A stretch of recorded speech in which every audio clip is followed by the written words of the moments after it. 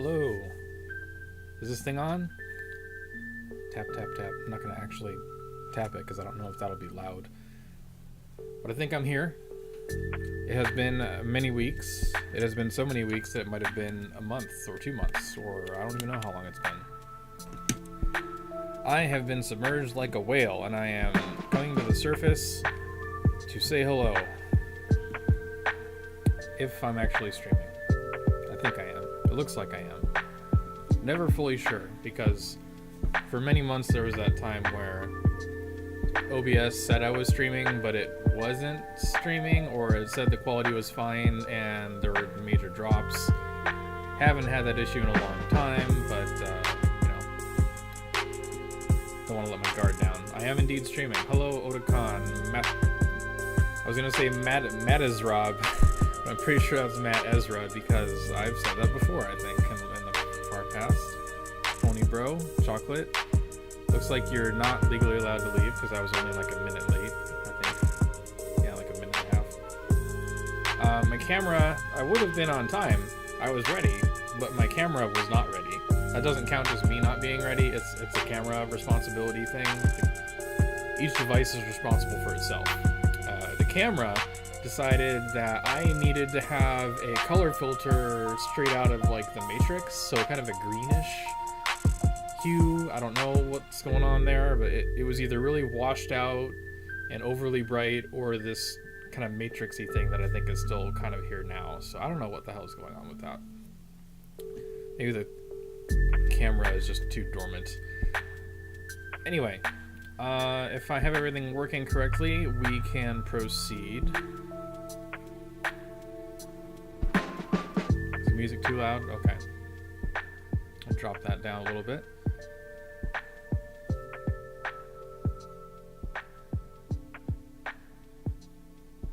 Hello, Maiku Tempest. Hopefully I'm pronouncing these correctly. I have no... I need like a cheat. We need social media, like... Social media needs to let you click on someone's name and like have a pronunciation thing. I think Facebook did that a long time ago. You have to go into the profile to see it, but it's there. That should just be mandatory for every social media, so I cannot possibly screw up any names. It would help so many people. I'm gonna load up Severed Chains because I'm gonna do a few different things. As per the video description, I'm gonna be doing some tinkering with obscure builds, practicing new knowledge of something we should have known years ago because we just failed to test it somehow, and chatting about a couple updates I'm gonna spew at you before it hits our like actual news post on the website. The things that are in the cooker. So let's do that. Let's fire up IntelliJ because I run it through that.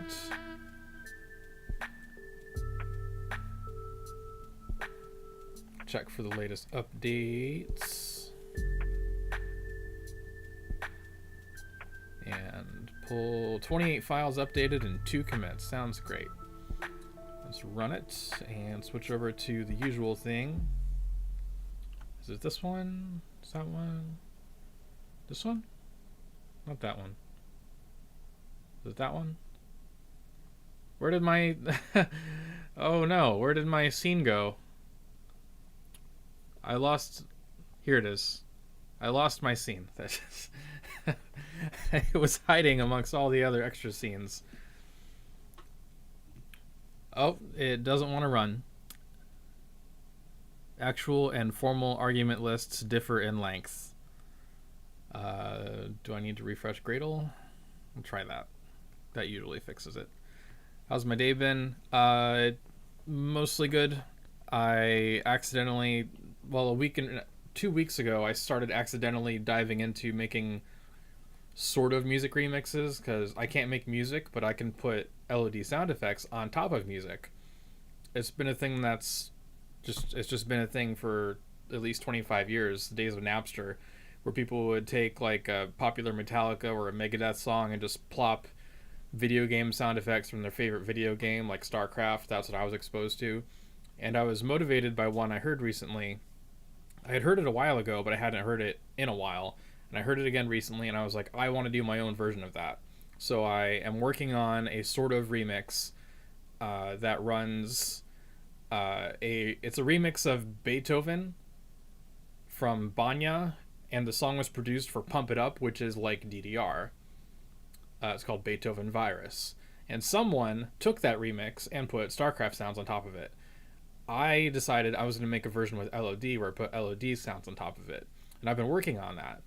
But today I accidentally started making a whole other kind of a remix, practicing this method called Paul stretching, which is a fancy way to lengthen a sound.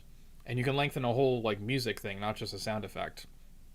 And I think that's what somebody's been doing with these like Retrovex ambience on YouTube has been doing, like these 1 hour or longer Windows XP, Windows Vista or 7 or whatever it is, Windows 98, taking the loose startup sound and just kind of stretching it over an hour long with their own custom sound effects. It's amazing.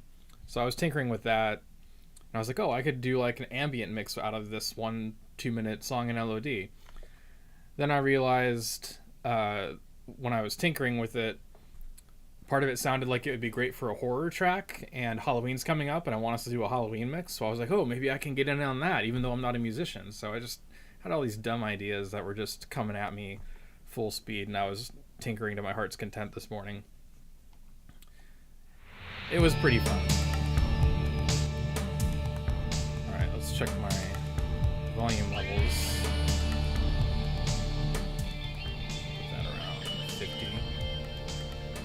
If the audio is not balanced, let me know and I'll fix it. Hey, Corey. Did you get that from Corvitica, or do you both just say Grundle all the time? Because I didn't really see it in the server until she showed up, but now you're saying it too. Yikes. Got my controller here.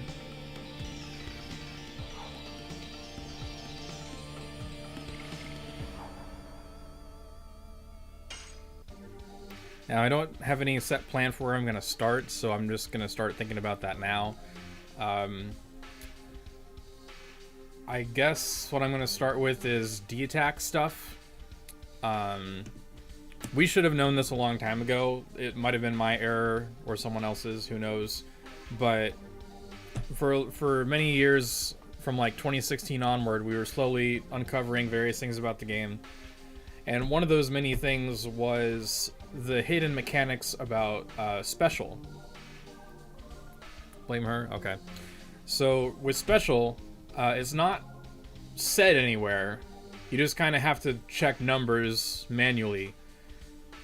If Dart uses special, fire element, space, all fire attacks on on both the player side and the enemy side of the field are empowered by like 50%. If you have a fast Maru, she can Dragoon out quicker and then cast burnouts that are empowered, you know? It's really cool. And meanwhile, the opposite element is depowered on both sides. So, for example, Maru's D-magic would be lowered by like 50%. And also it would depower Damia pretty hard. Everything but the D-attack would drop 50%. And there's also the aspect of the D-attack, where if you have an elemental weapon equipped, you get a 50% bonus.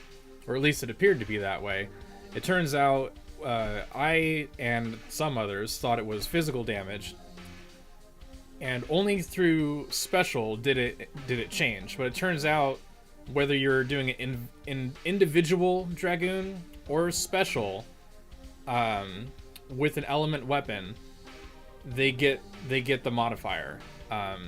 And it is an elemental attack. So this completely upended years of what I thought was knowledge. We checked retail. Wolf's Tail was reporting and was like, is this how it is? Because here's how it is in Severed Chains. And I'm like, that sounds like a bug. I'm going to check retail later today, which was yesterday, I think. And I checked retail, and it just... I was so unhappy. I was doing Twister Glaive with Albert D-attack on a Harpy, and the damage was pitiful, and I was like, oh no. Oh no, no, no. And I did it against like a Guillotine, which had less... which had like more defense, and it did more damage, so it was kind of weird. Anyway, that was the whole thing. So now I have to reconsider various builds and strategies. Like, D-attacks aren't that big of a deal, but still. Potentially more viable than I previously thought. And I would always do, like, you know, 3 final bursts on Linus 2 and then follow up with 2 D-attacks. So technically I was already doing the thing with the Heat Blade. I just didn't realize how it was coming into play. So anyway, let's pull up, I guess, my old live stream saves for now.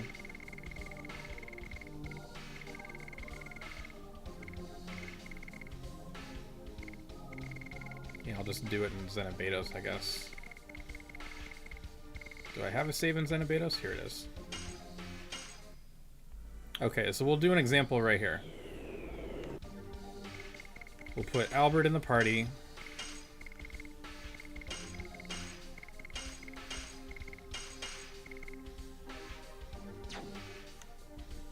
And we'll give Albert some stuff. So let's say we have...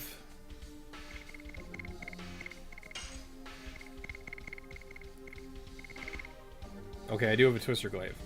So the Glaive is 138 attack, Twister Glaive 129, a little bit lower. Normally the Glaive will do a little more damage unless I'm hitting an Earth target.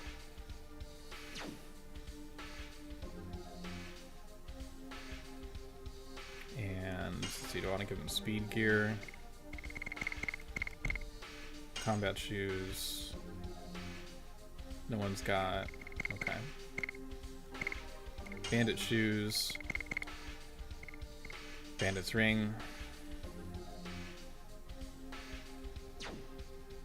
Oh wait. Kongol should not have a ring. I want him to go less.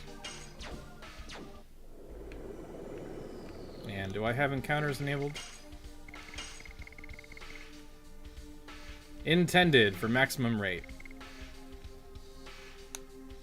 We also have a new button mash mode accessibility selector for item magic to match automatic additions.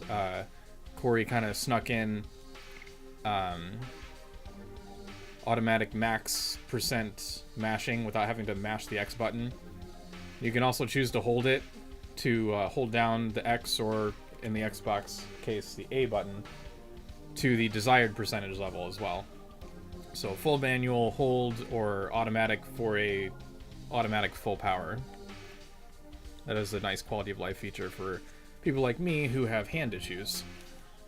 Swimsuit mode, I wish you hadn't asked that question. Don't you have like Dead or Alive Extreme Beach Volleyball for that?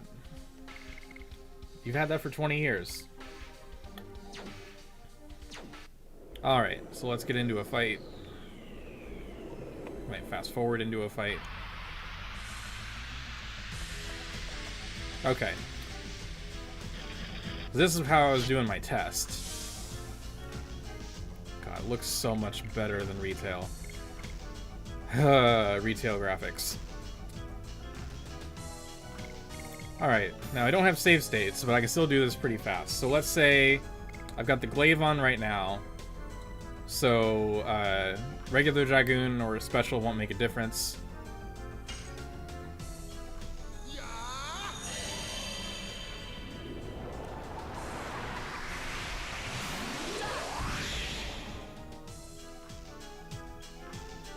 It's not enough. Alright, do I have, let's check the debugger. Did I have automatic D-attacks? I do. Alright, so let's check the number.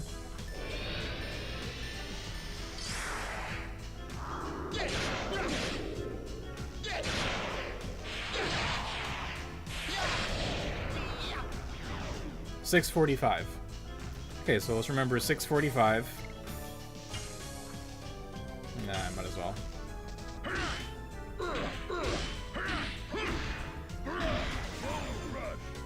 So 645, 645.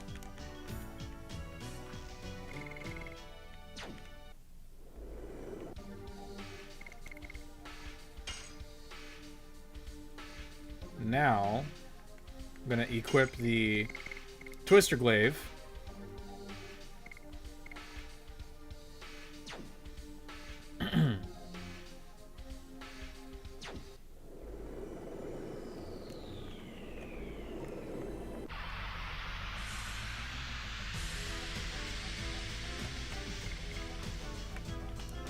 Let's give more SP.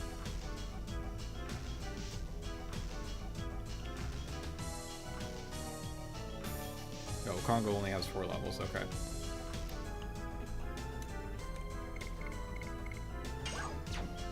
Sneak the special icon back in there.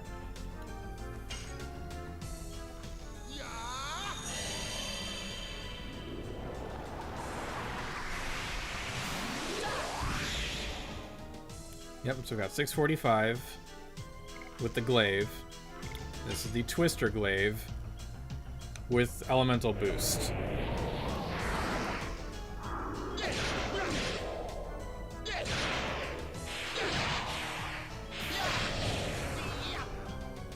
$451. That's not how I would imagine it to be, because I thought it was always a physical attack and it just got a flat 50% boost. It turns out it's elemental, whether you're individual or special dragooning.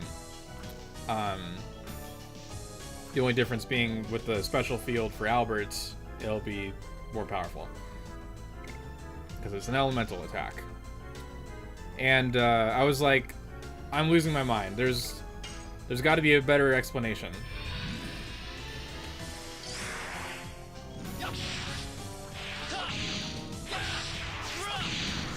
And the explanation, for me, was to just go over to Velweb. Because there aren't many enemies, but there are a few enemies that have elemental immunity. This is a simple check. So I went... I went to Velweb. This is where I don't want encounters. Die, die, die.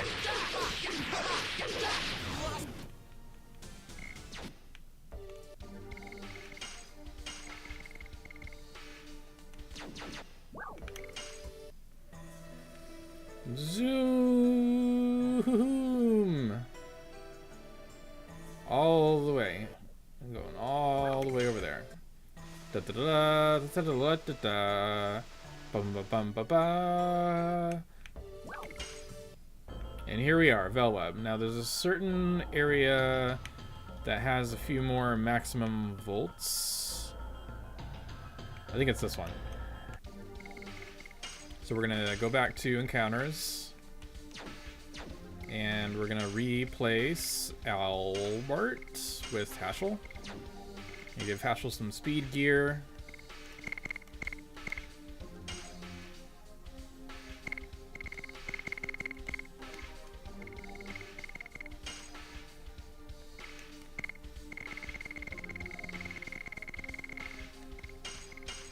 Okay. Got a nice 100 speed. That's plenty. Now, right now we have the...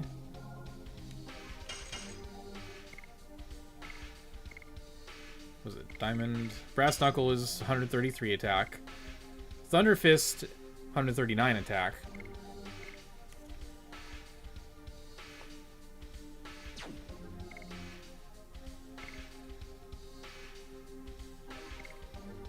And I think that's all I need to do.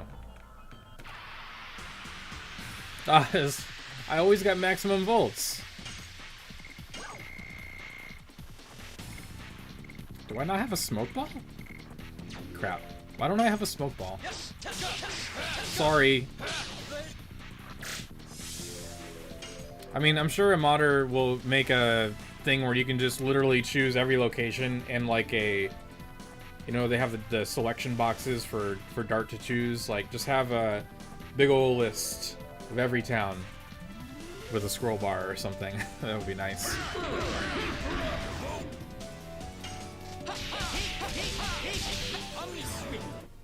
Yeah, Zai, this is what I was talking about with wolves either a day or two ago, and I think the testing channel. God bless America. There's supposed to be maximum volts. That was a weird camera angle for charging spirit.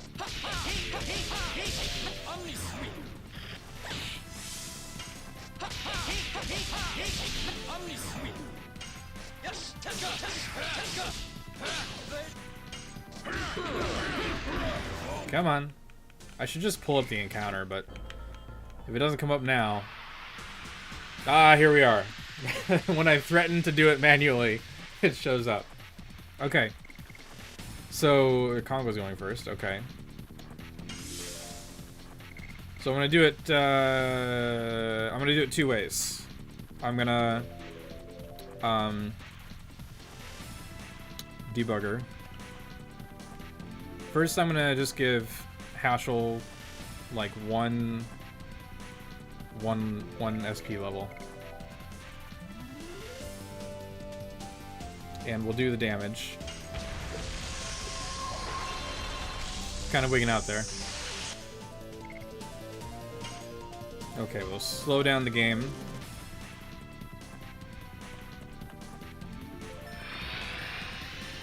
Check the damage number.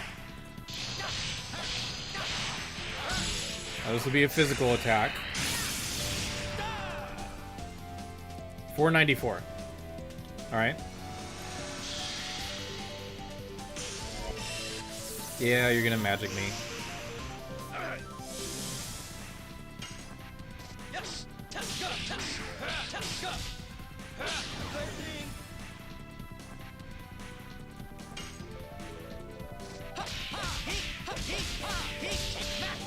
So I'm doing physical damage. There's 494 with the D attack. Oh, 2 flash balls. That's rare. And now we'll do the equipment replace. Give the Thunder Fist. Now maximum volts, the one I remember the most easily for having elemental immunity. So this was the easy check. Let's fire up the battle. Thank you, Pony Bro. Okay, so the old number was 494. I'm gonna give Hashel some SP. There we are.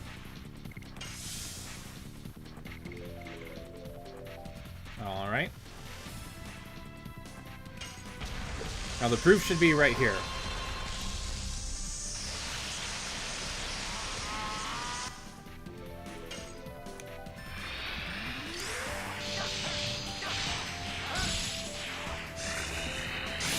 $494 versus 0.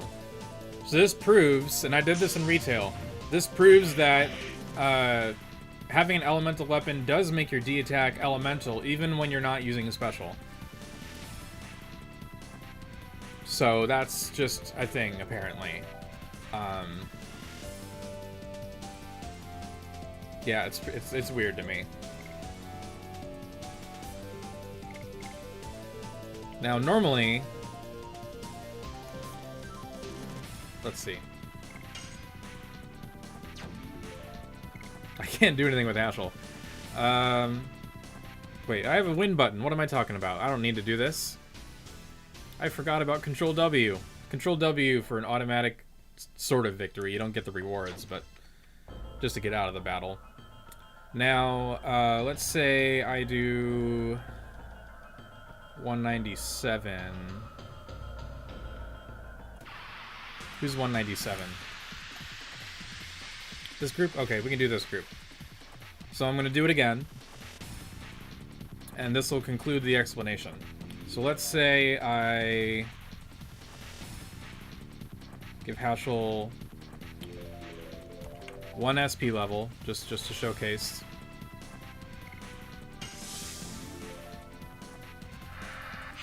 Yeah. Come on. Come on. Okay, we're gonna check the number again.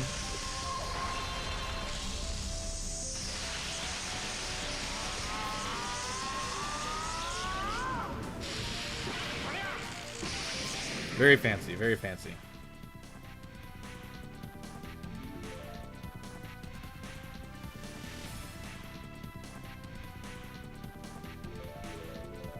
Okay, so let's check the damage on a Terminator. And this is still with the Thunder Fist.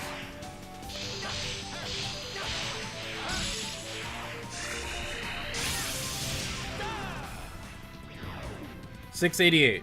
So write down 688. And I'm gonna give him 5 more levels. 688. 688. And we're gonna go into special. And we'll show the difference.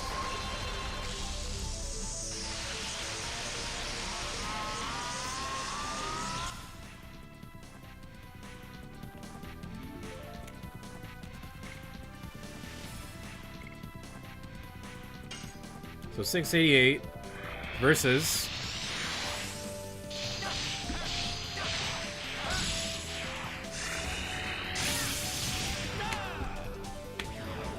$1,032. That should be 50% more.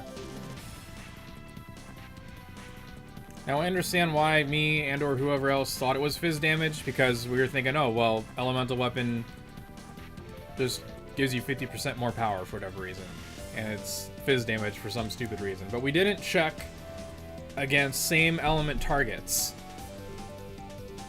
because if you do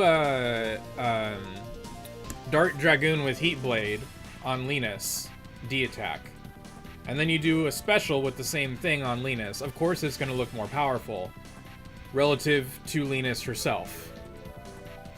But that same non-special Heat Blade, or even the special Heat Blade, would not be as effective against non-water targets. So we just didn't do rigorous enough testing back then, I guess. Our documentation, including mine, was not always great. It's better these days, but we discovered, we did research on this a long time ago is the problem. So now we know the reason I just did way more damage to the Terminator is not because of some generic 50% physical boost. It's specifically the elemental boost. Because you're doing an elemental attack, you're in the thunder space from special, therefore it's 50% more on the elemental basis, not just a fizz damage basis. So that was weird. Yeah, I had no idea. I was just walking through my process of what I did with wolves yesterday or the day before. Proving that D-attacks are elemental after all. Me and or others were just really dumb when we did the research years ago. Because we didn't check same element targets, like Twister Glaive D-attack versus a wind target and stuff like that. We were not thorough enough. And we didn't have as many modders helping with the code. I assume Zychronix was mostly busy with Hell mode at the time. The old Hell mode. I'm so mad because, like, I haven't really said much about elemental yes or this or that. I mostly just would tell people about the hidden like if you go Dart special, the fire boost is on both sides of the field, and then there's a water debuff on both sides of the field. I would usually explain that in all the subreddit posts that were talking about it. And I did mention D-attacks, but I would usually just mention D-attacks get a 50% buff, which technically was true, but I didn't remark that they were elemental attacks. I always thought it was stupid that they weren't elemental attacks. That's because they were, and I was the stupid one. There's a difference. So anyway, I just wanted to walk you all through that to begin with. So yeah, this explains why, and I knew this before for the wrong reason, Hashel's Thunder Fist is useful, just way more niche than the other ones. Because if you special with Hashel and you choose to have him your main damage dealer with the highest speed or whatever, you give him a power up, the D-attack is super potent. It doesn't have any weak targets, like fire will have water Water will be weak to fire attacks from Dart. Nothing's weak to Haschel. But the difference is that Haschel's Thunder Fist has much higher base attack bonus, whereas the Heat Blade gives you like, what is it, 18 points of attack? It's in the thing. There, let's just do that. Let's just go look at it.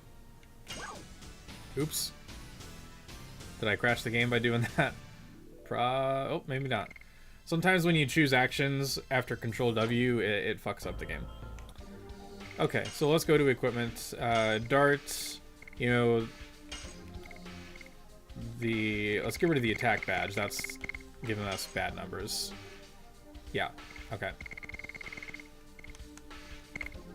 Scroll up. So the broadsword gives 2 attack. Bastard Sword gives 7 attack, Fairy Sword 39 attack, Falchion 26, Mind Crush 34. The Heat Blade is only 18 points. Now despite this, it's still very good against water targets, but it would be more potent if it had more base AT to boost that bonus further. And you can buff, you know, the bonus with the attack badge and things like that. Let's say Rose was Shadow Cutter. 24 attack, pretty weak. Again, good against light targets. Could be even more potent if it was a late game item. There's also the balance of, like, if you introduce them all late, you have almost no one to use them on. Having them early, you get more opportunities, but they don't grow with the player. This is kind of why I really enjoyed a specific mod in Skyrim. I think it was Skyrim. Leveled story weapons. It might have been Oblivion. One of the Elder Scrolls games. It was like leveled story weapons, because depending on when you find a special item, it'll be matched to your level, a certain level range. So if you wanted it as powerful as possible, you would purposely not pick up those special rare items, those gears, until you were at the maximum level threshold and the item was as powerful as it could spawn at. But there was a mod that had it items level with you, so that the gear, you wouldn't have to wait the whole game to get it. You could have it early, and it wouldn't become useless later. It would actually scale with you. I wish we had something like that for the elemental weapons here. Anyway, so what was it? 24 attack for the Shadow Cutter. Twister Glaive is a little better at 28 attack. Still not very much. And Miranda has just low attack in general, but you've got the Sparkle Arrow with 9. It's really bad. Like, it's pretty useful in Disc 2. I wouldn't use it much else. And Congo doesn't have one, Maru doesn't have one, but Haschel has one. And Haschel's is 49 attack. That's quite a bit more. You can stack an attack badge with that if you want to, and still have high speed from the bandit shoes. So on that basis, all this to say, I think the Thunder Fist is useful because it has more base AT to work with. So long as you're not fighting thunder targets, it does very good damage in a special field created by Haschel. Especially if you add power up. Because his spells are okay, but it's just like single target at 4 levels of intensity, with the final intensity being very MP inefficient. So you're either doing 3 Thunder Gods and 2 D attacks, or you're like mixing Thunder God and Thunder Kid, which is not optimal. It's weird. So you could just focus on D attacks and just buff that damage up really high. And that's kind of one of the builds I wanted to try today. I don't know if it's actually going to be that useful. It's just kind of does it work synergistically. But it was like an SP generating build where you would just constantly go back into Dragoon form and just mostly do D attacks. Keep your defense high with the Dragoon multiplier. Anyway, I don't even know where I am, like, story-wise on this save file. But I'm going to turn off encounters long enough to see.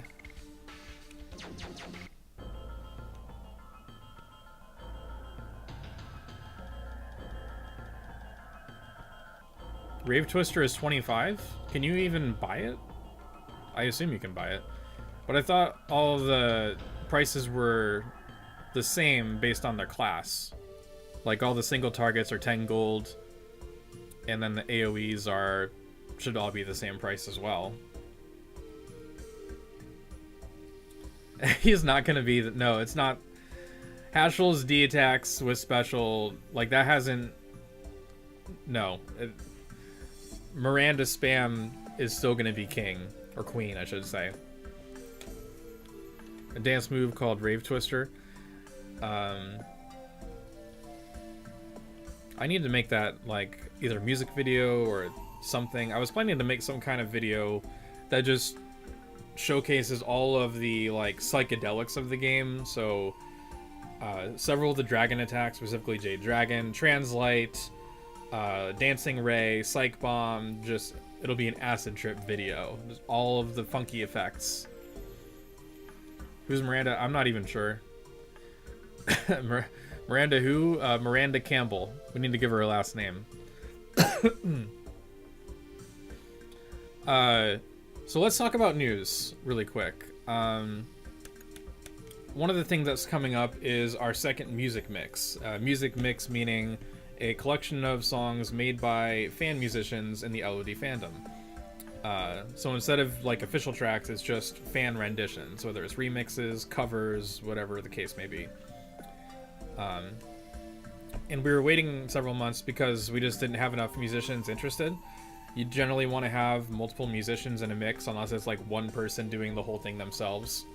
And we recently got enough support to start our second one. The first one was the Feelings mix for last February, and so it was about feelings and love and all this. We got a nice wallpaper thanks to Aromartic.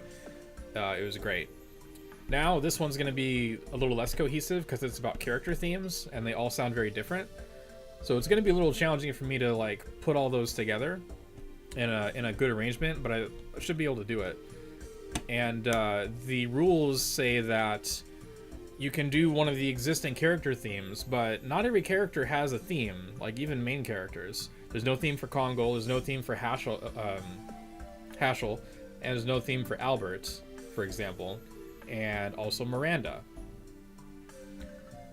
Lloyd Sorrow, the one who's planning to remaster the entire OST as a mod for Severed Chains, told me that he's going to do a new character theme, and it's Miranda.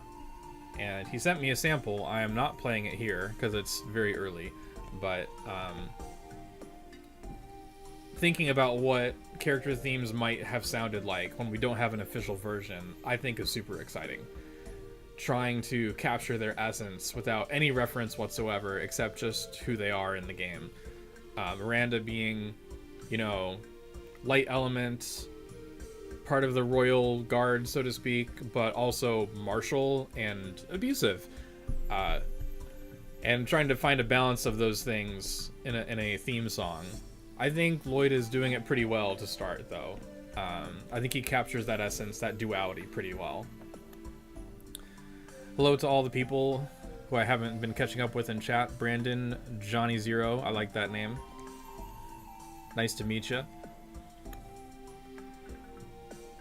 Oh yeah, I was checking the quest marker. Apparently this fight is Mayfill. Mayfill. I could go to Mayfill. I don't know which boss I'm on, but we'll go to Mayfill. Let's just see what's there. I'm like right on top of it. Still have to fly.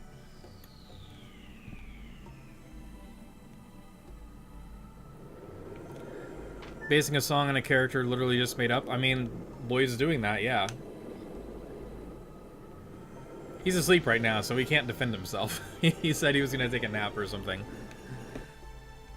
No defense when you're unconscious.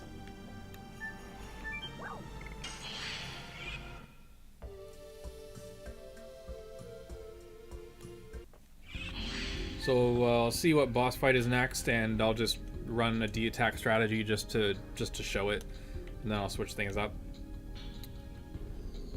This is an interesting design right here. Now speed this up a little bit.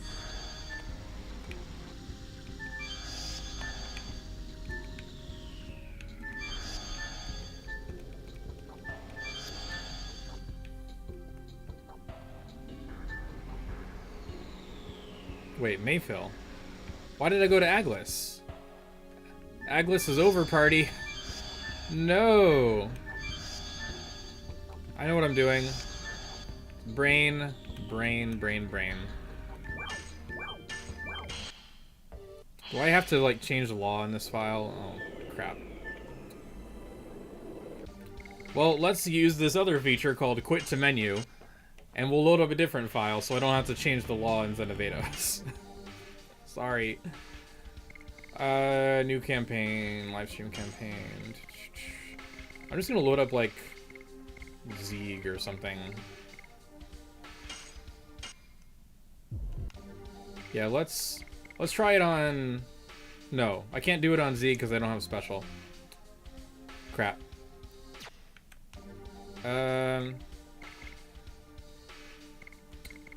Does no dart work for Zeeg yet? I think it's in progress. It's one of the last ones. Let's try a different file.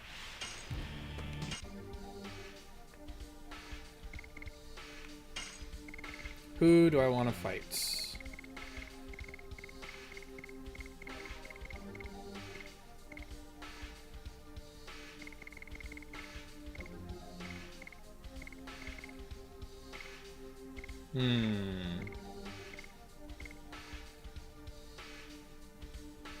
Could do Wendigo.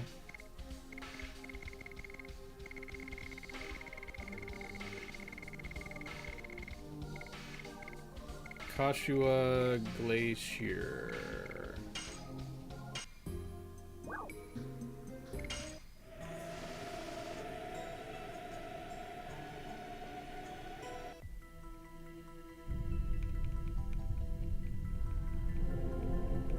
I didn't even need to load this. It's probably behind me, the glacier. Oops. Short cutscene. Darnt, yes. Zeeg should work, yeah, but I can't do special, I realize, so it's not going to be worth showing the Haschel strategy. Alright, back to Kashua Glacier. Which means, wait, if I've probably already fought Wendigo, but let's go down there just in case. Yeah, if I've already got Lloyd... What the hell is the ID for Wendigo? ID Master Sheet. Enemies and bosses.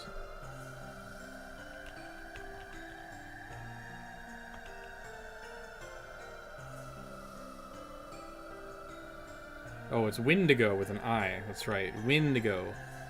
Windigo. 422. Get rid of these extra thingies. 422. Check my build. So if you want Haschel to be the main damage dealer, you generally want his speed to be highest. So we're going to use lower speed party members like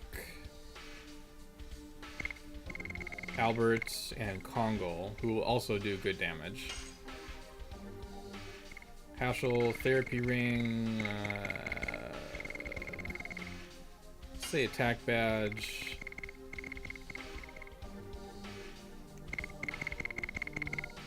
I don't think I have Bandit Shoes. Crap. Do I have Greaves? Nobody's got Greaves. Crap. Well, he's got 60 base speed. Maybe... Alright, we'll do a Bandit Ring. Fine. Albert. What element is Wendigo, anyway? Is it water? I think it's water. I don't even remember. Darkness. Something. My brain...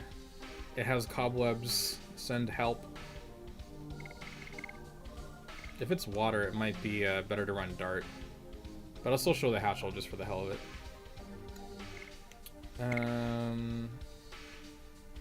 Kongol. Oh, Kongol's also got a Bandit's Ring. That's going to be a hard no. I'll just give you a... something. A little Power Wrist. Wait a minute. He doesn't have a Thunder Fist. I'm a dumbass. I I knew there was a reason I was checking a late save file. I'm smart. Rookie mistake. Rookie. Rookie. In my defense, I can fight Wendigo from a late game save file and just buff his stats. Oh, I'm embarrassed. Alright, well, screw it. Okay, so Heat Blade. I think it's water. I'm assuming it's water. We're just gonna assume it's water. Water, water, water.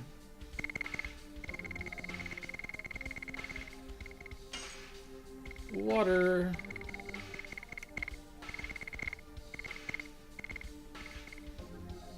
Could get OP with the Dragon Helm.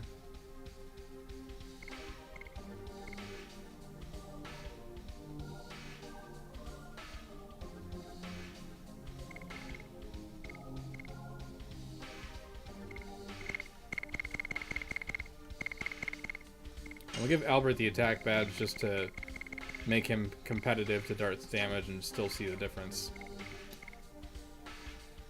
I actually have to put Dart in the party now.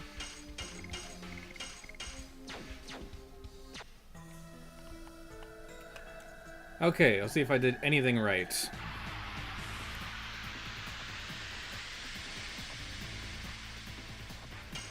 It is water.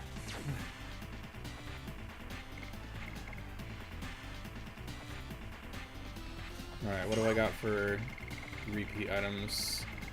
I do have a power-up, so we'll just start with power-up, I guess.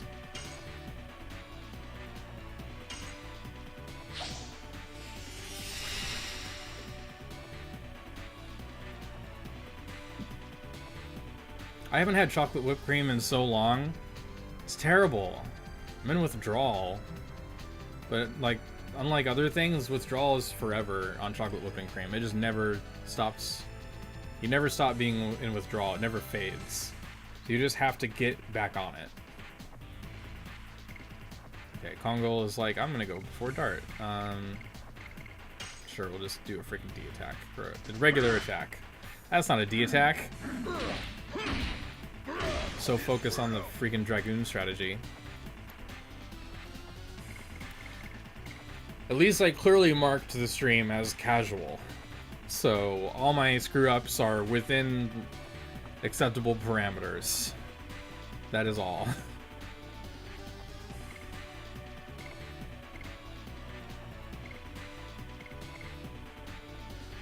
I'll just do special right away. Because I was thinking I'll just do Dragoon for one turn and then compare the damage, but we can just say it'll be like 2/3 of what it shows or whatever.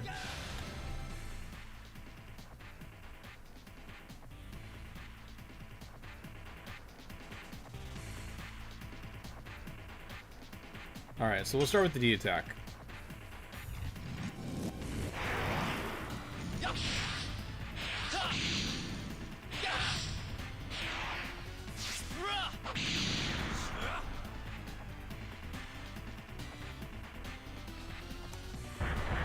Not bad.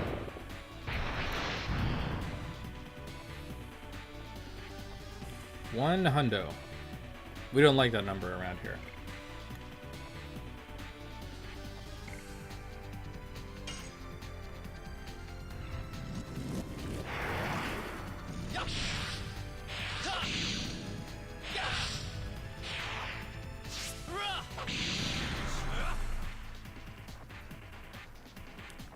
Scrolling back through chat a little because I missed some things.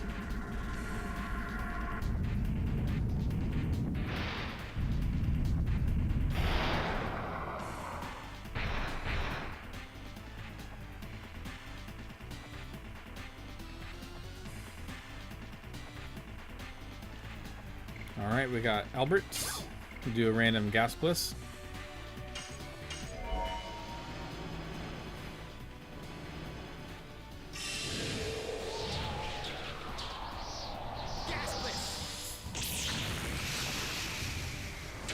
I'm just imagining it's already 60 FPS. Like, knowing the 60 FPS appearance on submaps, I can kind of imagine what it'll be like on battle. So even though it's going to be a long way away, I can kind of visualize it myself. It is beautiful. Beautiful.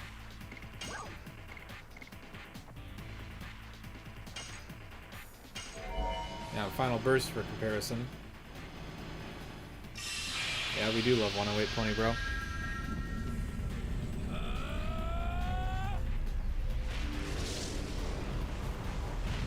You know, Chocolate, I think between work and Legend of Dragoon, the priority should be clear.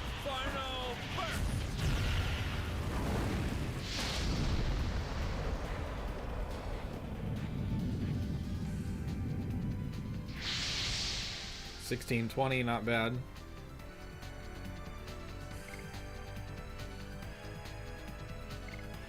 What's Congo gonna do? Not much. Can you match 1620 with the D attack? Probably not. I mean, you don't have the elemental advantage, but... 838. About the same as a Gas Bliss. Maybe a Fatal Blizzard. This is Spear Frost. I don't even need Rose Storm. I guess I'm like a little over leveled because this is a post-Lloyd save file, I'm guessing, so.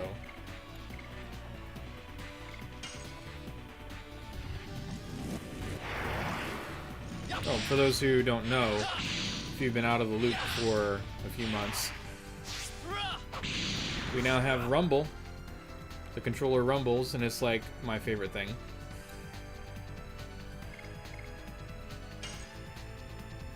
And Wendigo is just about dead.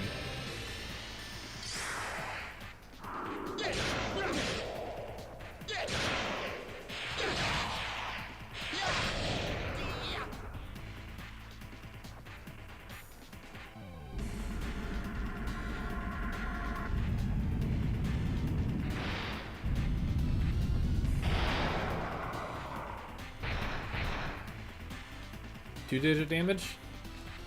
No, 3-digit.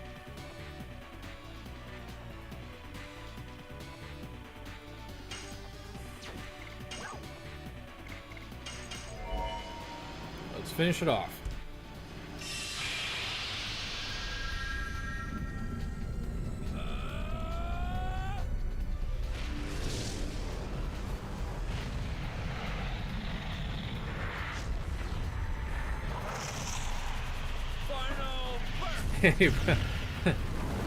It was a necessary sacrifice. In a admittedly nitpicky sense. Rumble was one of the last things that we didn't have from retail. That and the equipment menu page up down, which I think Zychronics was kind enough to add in a couple weeks back, and I was like, I've been waiting years for this. So we have everything now. Like literally the only thing we don't have is save states, but those weren't in original retail, so we'll just say it doesn't count. We have save anywhere anyways. How much HP do you have left? Like 2? I like seeing Meteor Strike. We'll just do that.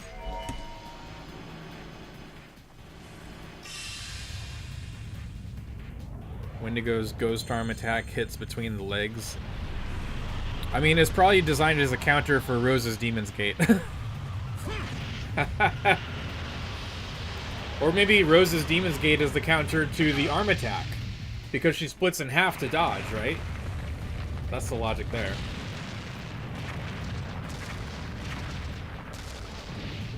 $256, and it's a killing blow. Thanks, Gongle.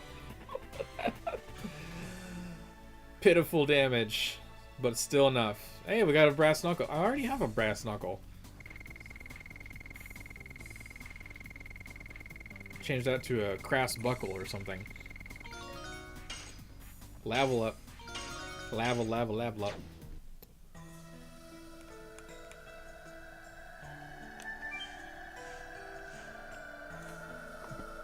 Not bad. So obviously, if I'm going to showcase a Hashel D-Attack power boost strategy, I need to do it at a point where it's a boss that I've already got Thunder Fist acquired, which is late game, and I keep forgetting that. Anyway. I want to... I'm leaving you, Lloyd. We just aren't compatible.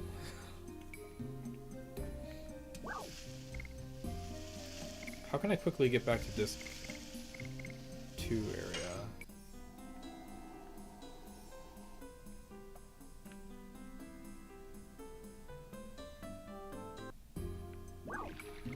Do I have access to the Queen Fury? Probably not. To the front, I think. To the front. To the left, to the left. Everything you own in a box to the left.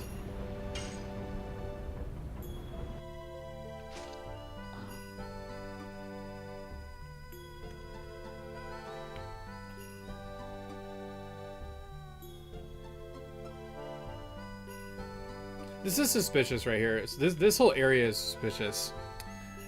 I'm just gonna point something out. So number one, in Discord, I was recently talking about like what I thought was a blue robot or a humanoid toy. That's this thing right here. There's also a fish up there. I'm guessing it's one of those singing bass fish from the commercials. But this thing with the red ball, I can kind of tell that it's some kind of like mobile. Solar system mobile, maybe. But if I don't look too much at the detail, it kind of looks like the Charlie Brown Christmas tree with one single red ornament on it. So I'm just gonna pretend that's what that is. We should mod that in. The Charlie Brown Christmas tree. Queen Fury. Yes, we are departing for Disc 2, please. I need to go to Disc 2. Do you have that on your map? Yes, you do.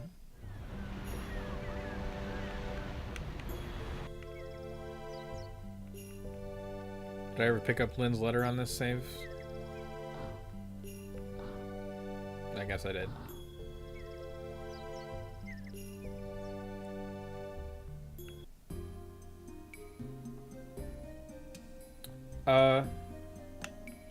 Not sure if retail behavior is like this. Maybe it is. But I thought if I went back to Chapter 2, I'd get Chapter 2 music. When you go to a new chapter in the game, does the world music just permanently change everywhere? Because I'm confused. I was trying to pull up some World Map 2 music. Oh well.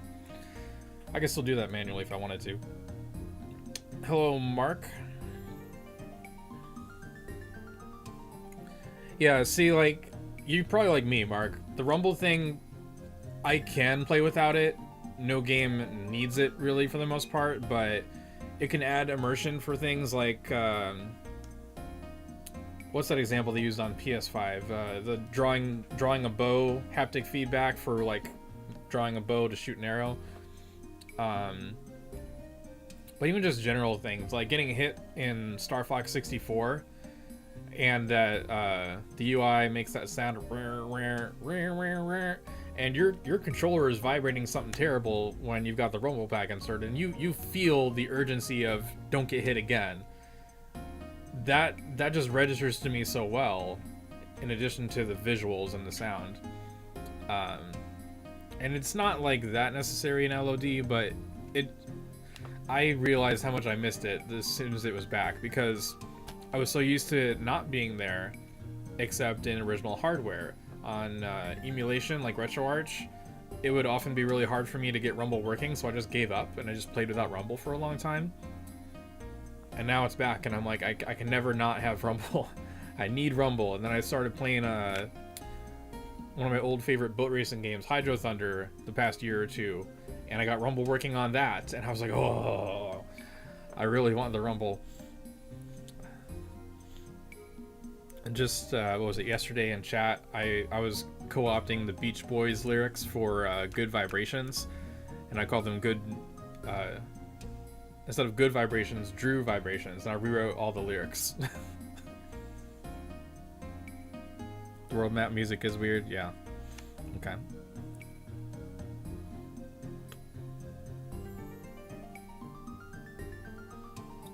Anyway, so before my brain gets frozen, I'm gonna get a couple pieces of candy, which I meant to have at the start of the stream, so I'm gonna get those really quick. refresh myself for like 2 minutes, and then I'm going to talk about some more community news that's coming up in nondescript posts that I'm writing. So I'll be right back.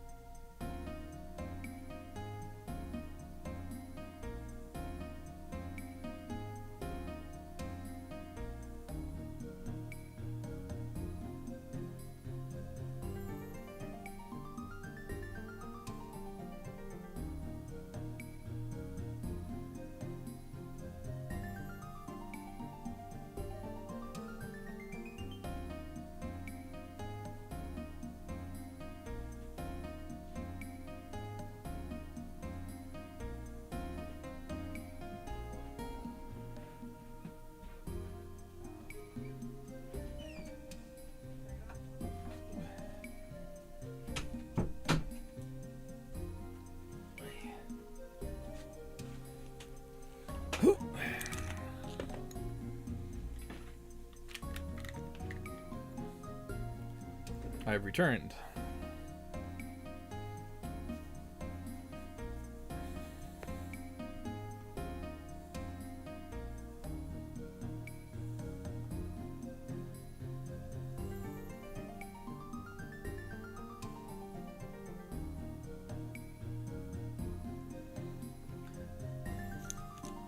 So Monoxide was saying we're pretty big fans. I think I'm accidentally proving that today, not because of the live stream, but because of on the live stream, once in a while I've decided to start wearing an official Legend of Dragoon t-shirt. These things are very rare, so I wear them sparingly, but that's the official Legend of Dragoon logo there. And then on the back is an old screen print of Shauna, Dart, or Rose. I have Shauna and Dart, so let's see if I can here out of the way. That's Dart. And it's just a crop from their official image of the Dragoon wallpapers that they made. The Dragoon renders. So these are very old. Remember to hydrate. Yes, we have a hydrate thing, I think. Exclamation point hydrate. If I wrote that, I don't remember. I've actually been talking a lot today, more than I thought I would for a casual stream. I thought I was just gonna veg out and then my brain just activates against my will.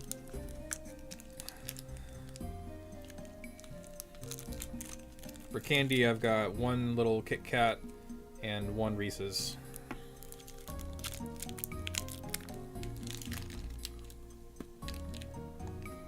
Yeah. Thank you.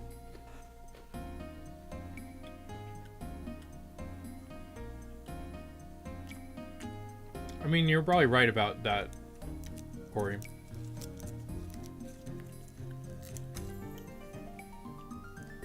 These suspicious cat faces are a thing. Like, look at this. It just needs a little nose print, a little upside down triangle. Maybe some whisker lines.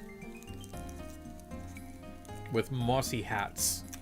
Cats with mossy hats. That should be a TV show. Put it right next to the big comfy couch or something.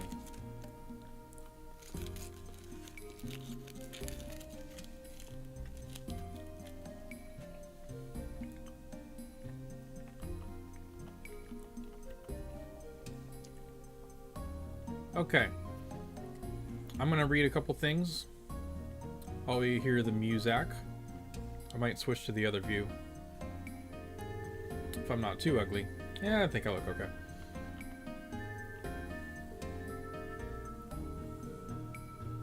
Okay, so I've got a list.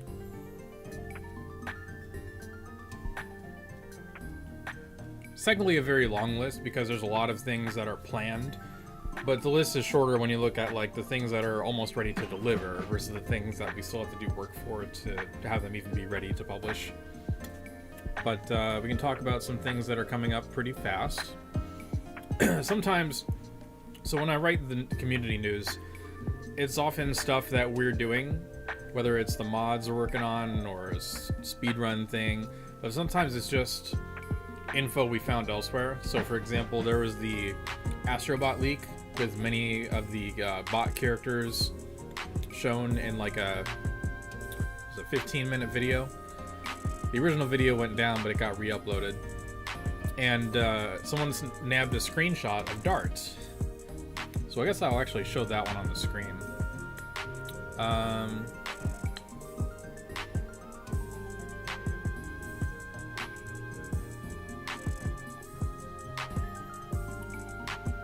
Is that actually showing? Oh, it's not showing.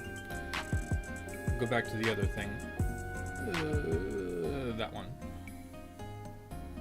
Got 15 minutes of Astrobot gameplay.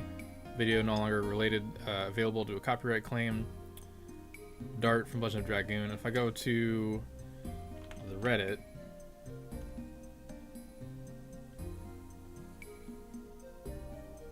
congrats on your 15 years of beating it.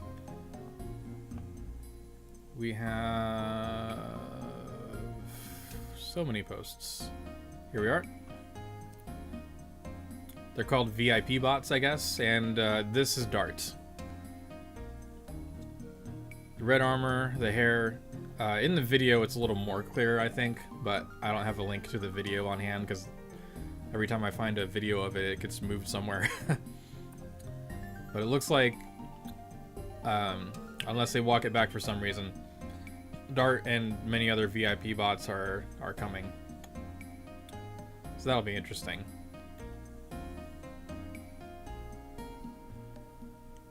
I wonder if Astrobot, like, I think they were working on a new one, unless I'm out of my mind on that, will be available in, like, a non-VR state. Last I knew it was, like, a VR game, and I don't do VR, so it'd be cool to run around in this world without that. So that's that news.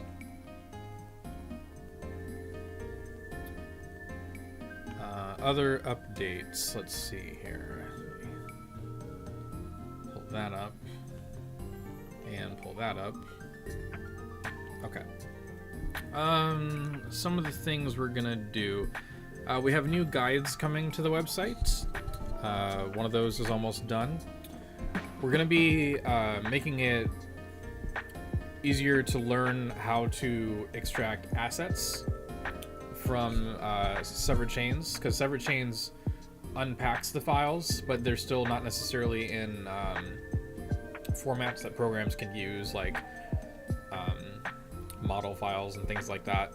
So Doom Metal has for a while been working on various asset extraction tools. One of them is a model viewer, TMD converter, I think, and then another one is a texture viewer. Eventually, this is all going to coalesce into a single program that extracts all the different assets, models, textures, sounds, whatever, scripts, supposedly. And that's a long ways off, but we are like in the early processes of that. In the meantime, we still have the two separate tools, one for model, one for texture. And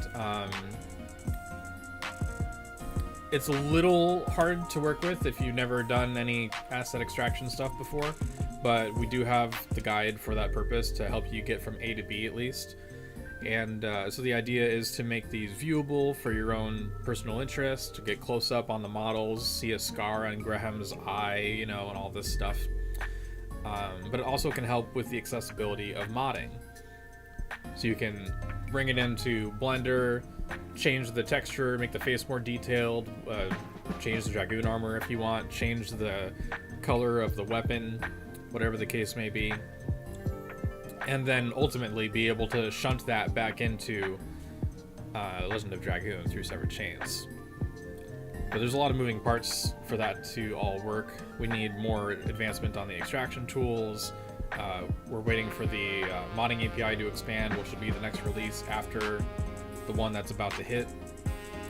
But forecasting that all this stuff is about to get very exciting.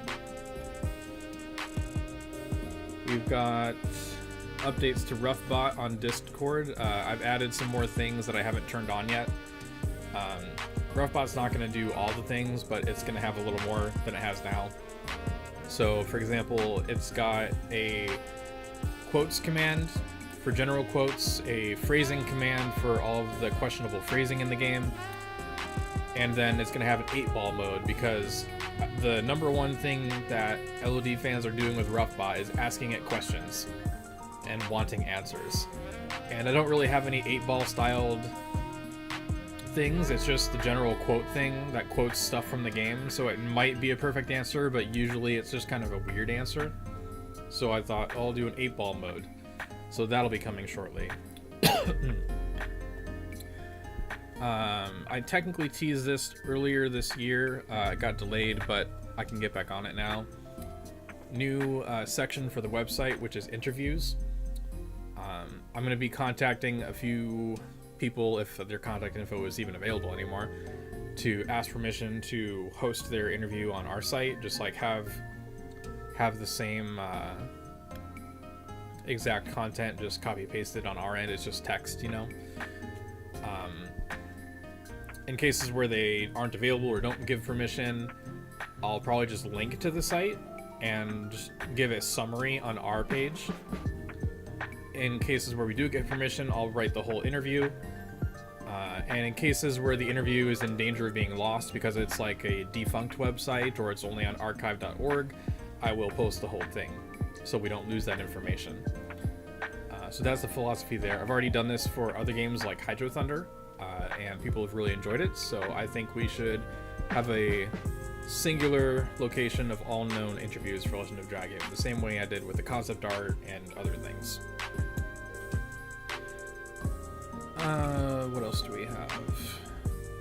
If you have any questions while I'm saying these things, just ask about anything, I'll answer. We have new stuff coming with the wiki. I learned how to do a more advanced template so that things stay in sync better. We have, it's a half secret. I assume Monoxide, you don't mind if I mention the LOD minigame on the data files, since that's only been a half secret, you said. New mods are in development. I don't remember which one is secret, so I'm not going to say just in case, but at least one new mod is in development despite not having RB4's expansion of the modding API yet. I'm going to add a little more information about mods on our website as well. Get a little more exposure for them. Okay, so Moguru de Boss. It might be Mogul de Boss. We currently are calling it Dig de Boss as well, because it's like a pixel art game. You just dig down left and right. Eventually you find gems and treasures. You exchange them. You can also find mushrooms. You exchange them with Menintos in random caves that Menintos live in. They turn your gems and bones and mushrooms into HP and gold and attack power. Other caves don't have Menintos, they have monsters or just treasure chests. Monsters also reward treasure chests themselves. Some caves have 3 treasure chests, so it's just a little game like that. There's bosses at certain depths as well, and every time you beat a boss you get an accessory. The gold and the accessories and also consumable items can be sent back to the main game. This was only in the Japanese release, but the game was left in on NA and EU game discs, so we don't need to do anything separate for that. It can just be a part of separate chains. So far, we've had the transfer method reactivated for over a year, I believe. We showcased it a long time ago in an old live stream, showing that you could transfer content from the minigame to LOD. But now, Monoxide has been blitzing through the last month or so to make that playable. I'm not sure how far it is exactly, but I know that it's mostly playable because I was playtesting it. I think it's just missing like sound or some shit. I don't once it's ready, possibly after RB3's release. Did you end up having it ready for RB3 after all? Or is it still going to be after RB3? Aside from sound? Okay, yeah, that's what I thought.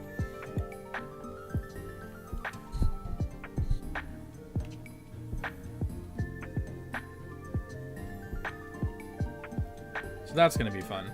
It's not very, like, in the context of the year of our Lord 2024, it's not gonna transform your main game very much because we play on NA mostly, and we have the boosted gold from that. So the gold gains from Moguru de Boss is gonna be like peanuts. It's not gonna be very much.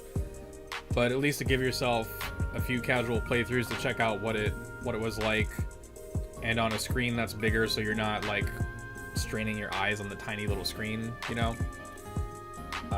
We're dealing with the sleep timer because the game goes to sleep after like 10 seconds, and it's really annoying. Thankfully, Monoxide disabled that one. But could also expand modding capabilities of that so that the games are actually worth porting back to LOD. Change the rewards, change the difficulty of the bosses, add new creatures. It's a chance for pixel artists to create little pixel characters, maybe even ones from LOD, you know, like a merman or something, I don't know, and shunt that in there. S-H-U-N-T, shunt. I tried to say like shunt and chuck, and it came out shut. It did not work out.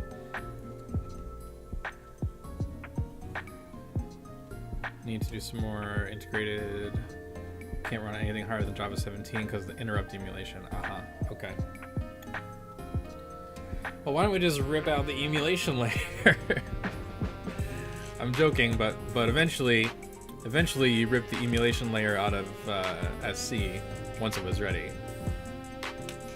It's not that important. So yeah, that'll be coming at some point. I already mentioned that. I can mention a few individual things. So first up, Lasagna that's how you pronounce it. Lasagna has been has been testing out a new speed run. This is thanks to Denny. Denny came up with the Battle Rewards modifier. It allows you to adjust the XP and gold gains from all of your battles. That's minor mobs and bosses, by just a fixed percentage modifier. So it's default to 100%. You can make it a little higher. You can make it lower in increments of like 5. And you can take it all the way down to 0. So you can have a 0 XP run without having to be all hacky about it. It's just very convenient. And what this creates is a initial character level run, which means that once you get Dart, he cannot level up. His character level. Addition levels are still there, but his character level cannot go up, which means his HP, his defense, his attack are all stuck. Same thing with Shauna when you get her, same thing with Lavitz. So the idea is you kind of have to leapfrog between the characters as you earn them. And when you first get a character, it's great. But when you haven't had a new character in a while, it hurts so much. So, for example, as soon as you get Dart, he's fine. He struggles a little bit in Helena, but he's fine. Lavitz will carry from there. Once you get Lavitz, he's a higher level. He's got more HP. He's fine. Sean is similar level to Lavitz, so she's fine for a while. But once you get around to the Hoax area, it gets extra hard. Like, for me, Virage and Python back-to-back is a little dicey. But Python being Firebird. But once you get to Hoax, Hoax was where we hit a wall for a while. And it was so hard having, like, enough attack items. Because Shauna is out of the party, so the item magic damage boost you'd normally be sporting if you could use her is gone, just like in retail. But you also, Dart and Lavitz can't train their levels. So you're stuck with 2 physical-ish characters who are who are eating up the green flame magic from Sandora Elite over and over again. Poor Lavitz is taking over 40 damage at a time. You spend a lot of your time guarding and like gambling on whether the Elite does another green flame spam or lucks out and you only get hit with the cheap physical attack. After a lot of attempts, Lasagna finally got it. But it's hard because it's not just Elite. You can't save between those fights. It's Elite straight into Kongal, which is the worst. Kongal hits even harder, at least with the physical damage. But he finally got past it. And the reason it's so pulls at my heartstrings is because right after that, if you just get past that terrible, terrible part of the game with initial character levels only, then you get Rose, and it's just a breeze for a while. Several bosses are just cake. Easy as cake. And then eventually Rose will, get outpaced, and you have to rely on Haschel a little more. I think he starts at level 13 or something. I could be misremembering. And then you get Maru, and then you get Kongal. So Kongal is like the only one with any respectable amount of hit points or physical defense. His magic defense is crap though, so I assume there'd be a lot of reliance on magic shield. Point is, Lasagna finally got to the point of near the end of the game. I think he's getting up to the story bosses now, and Dole might be hard, Dark Dole with Albert, because the story bosses you can only use those single characters. What the hell are you gonna do, right? Because your damage is pitiful, you have to survive a lot. It's annoying. I have no idea what the hell he's gonna do for Melbu, but he thinks he'll be fine if he can get there. And I'm like, why? What the hell is your strategy? There's not enough item slots to deal enough item magic damage, so you're just gonna do like weak first editions, double slashes just a million times. Because there's so much lethal stuff in Melbu's kit. So much lethal stuff. Just the raw damage of it is going to be nuts. So I'm like, he's going to have to rely on, and we've talked about it before, but one of the strategies is going to be the Resurrection build, and weighing that with the Evasion build. So the Resurrection build is Angel Robe and Holy Ankh, 80% chance to revive when killed. Versus the Evasion build, which is up to 70-ish to 75%-ish evasion, depending on the character and some other things. It's a thing. So when he gets to the point of finishing, it could potentially be like, it's going to be a speedrun category. It's pretty nutty. Yeah, good old Resurrection build is right. Which if I'm not mistaken, in the JP demo, the Resurrection build is like 100%. I have to double check that, but it might be invulnerable. I have to check the percentages again. It's been a while since I did the JP demo playthrough. Yeah, that was nuts. That would make it more powerful than the Immortals in Lost Odyssey. They resurrect after a few turns automatically without any equipment, but it requires a few turns. So it's a guaranteed thing that on a delay versus a not guaranteed thing instantaneously, not including the JP demo. What else do we have? Doom Metal, ongoing work on the asset extraction tools. Multiple SC devs working hard on SC, Monoxide, TFC, Zycronix, Icarus, etc. Icarus has been surging in support like the past 6 months. I don't even know how many months it's been. Icarus has been great. I just don't know how else to say that. Thank Icarus for existing. Speaking of JP demo, you found the equipment flag they used that gave a bonus to escape chance. Yeah, because that was used on the bandit's ring or something. Instead of giving 20 speed, it was like escape chance. I don't remember if it was on the shoes, but it was was on the shoes or the ring. And the speed gear was nerfed for the girls. Like, they had the flat stats, but it was 10 speed for the ring and 5 speed for the shoes, or vice versa, something like that. Yeah. Is there, but there's none of that in retail, right? It was just used for... Oh, the flag still exists. Well, that's great. Modders rejoice. We can apply escape chance to gear without having to add it as a new field. Yeah, that's really cool. Benefits of JP demo research, I guess.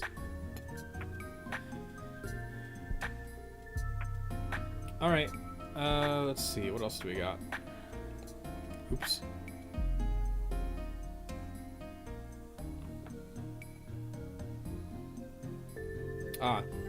Wolf's Tail.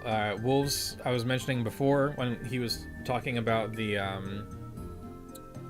D-attack inconsistency, something another. Found out it's elemental after all.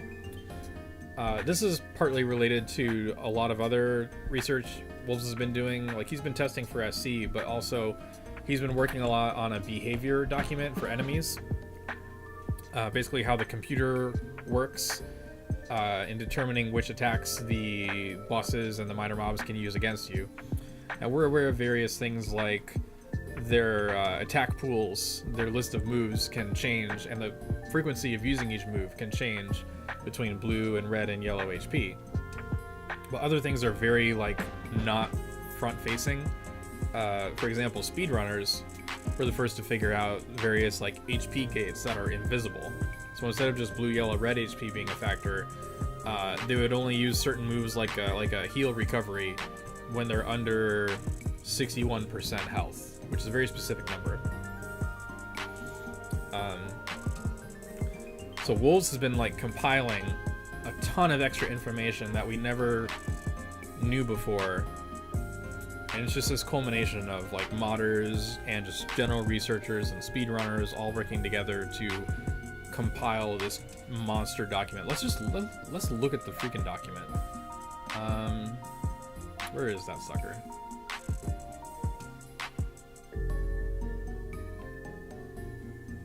I have it somewhere. Enemy behaviors.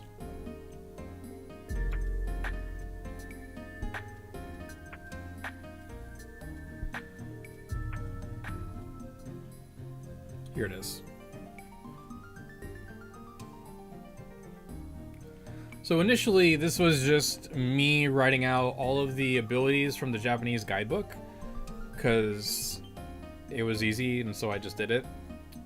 And then matching it to retail, making sure there aren't any, like, differences in the moves between JP and NA, or things that may be mistaken in the guidebook that aren't how they act in retail, and all this. And it's just turned into, from just a bullet list to these tables that look really nice. Wolves is responsible for all of this nice formatting. He took my initial list and transformed it, and it's really sophisticated. So for example, the commander has HP recovers once he's got less than 51% hit points, and he can only use power up when one of the Knights of Sandor are no longer in the battle. And there's all these different conditions. Now some of these are, you might think, are obvious.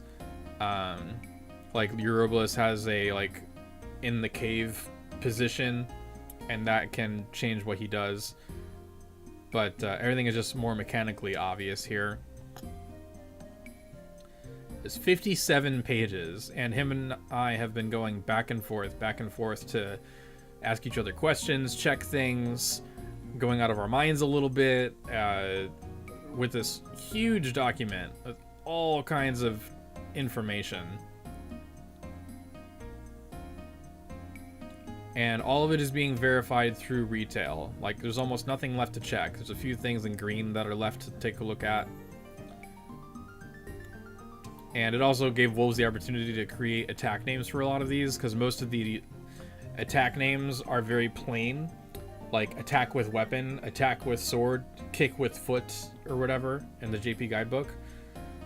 So unless they have an official name, wolves just try to create names for all of them. So it's been a creative writing exercise at the same time. It is nutty. So thank wolves for this huge document. This kind of has multiple uses. It's just a big reference in general. Initially, it was just supposed to be a list of every attack every enemy can do, but it grew to have a ton of info. So we'll be sharing this probably in the next post that I make.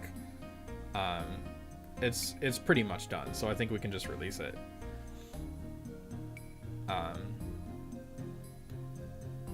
Yeah. So if you're ever wondering all the ins and outs, and if, let's say, you're a speedrunner and you want to know the exact behavior of an enemy so that you bring the best build possible and you can anticipate exactly what it's going to do, or at least within a set of moves, this is your guide. Yes, the thing about the Japanese guidebook, I don't speak fluent in Japanese, so my goal was just to get the approximations and then have it verified and everything. So I brought over some of the names just in case, because sometimes the name from Japanese is better than the one in NA. Other times it's worse, because, you know, machine translation in my case. So instead of all-out attack, it was full-throated blow, and I wasn't sure if that was like a specific name or just a bad translation, so I wrote it down. And TFZ caught it, and Wolves caught it, and I'll never be able to live it down now. I'm responsible for the full-throated blow. I'm sorry, and you're welcome. At the same time.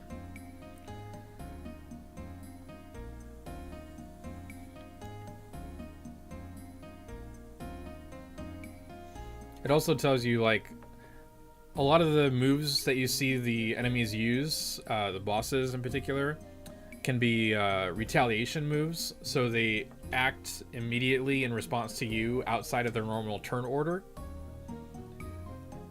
I think that's the case even with Linus, so if we, like, Control F for Linus. Yeah, Enraged. So while the Dragoon is in battle, after any action other than Black Rain or Dark Mist, ignore turn order and use Black Rain or Dark Mist. So her speed is not being set higher, she's just getting bonus actions. Kind of like in D&D, you do like a bonus action if you're a fighter or something. And it's a retaliatory response.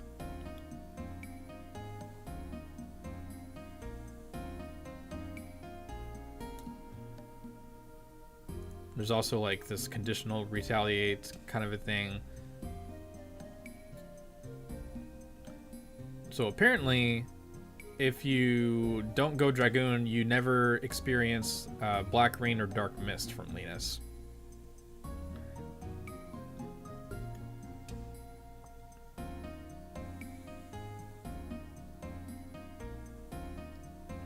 We had an interesting interaction with Ghost Commander, Haunting Bolt, it says. Oops. Ignores defense and deals 50% of the target's current HP. So if you have 100 HP and you have, let's say your max HP is 1,000 and you currently have 700, you're gonna get dropped from 700 to 350. 50% of what you currently have left gets siphoned. And only when a Ghost Knight is reduced to 0 HP. So you're kind of incentivized to knock out all the knights at once with AoE attacks, because if you're hitting them singularly, that Haunting Bolt can trigger more often, which is pretty nutty. Now, theoretically, you can't die to it by itself. You know, even when you're at 2 HP, you'll go down to 1. So it's not going to kill you.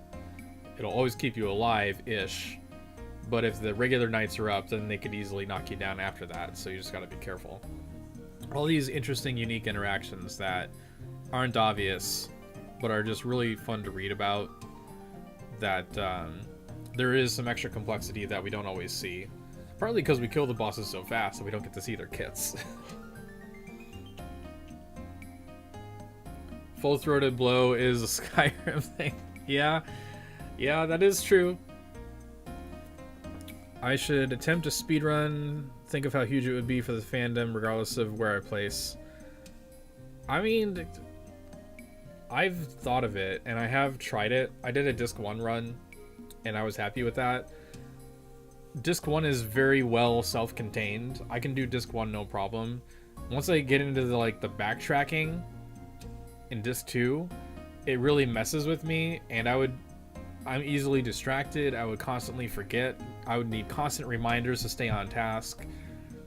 Maybe I could do it, but I already know I'm never going to be able to compete with Lasagna or Black Death Doom. And I'm not trying to get first anyway, but for me, speedrunning is better when I'm doing an actual racing game where it's designed for it. Where it's not 10 hours, but 3 minutes for a racetrack or something. Or the stupid minigame in Lohan, the obstacle course, which has terrible physics for the visuals. It does not line up for me. But that only takes 20 seconds. I'll run that 50 times, no problem. But for a 10-hour thing at absolute best, it's daunting. I would need to do a segmented run, definitely. I'll tell you what, I will swear to do a Disc 1 run. I'll do a Disc 1 run. I will promise that. I'll do that much. Fair enough?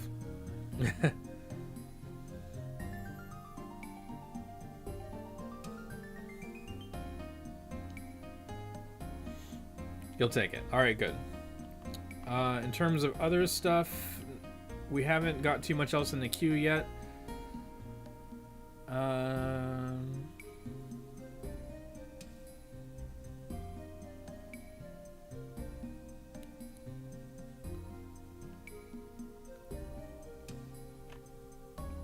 think that's it for community news for now. So I've been streaming for a little over an hour and a half already. I didn't do too much, but as I mentioned, casual stream. So I think I'm gonna call it there for now. I'm just glad to do a stream again. Excuse me, hiccups. After having a drought for a while. So bear with me as I get back up to speed and try to get back into my usual routine when it comes to streaming, video production, all that kind of thing. We have a lot of cool stuff coming up, as you've seen in dev streams or on the Discord. And if you haven't yet, check those things out. Check out the rest of our YouTube channel. Check out our Discord server, discord.gg/Legend of Dragoon.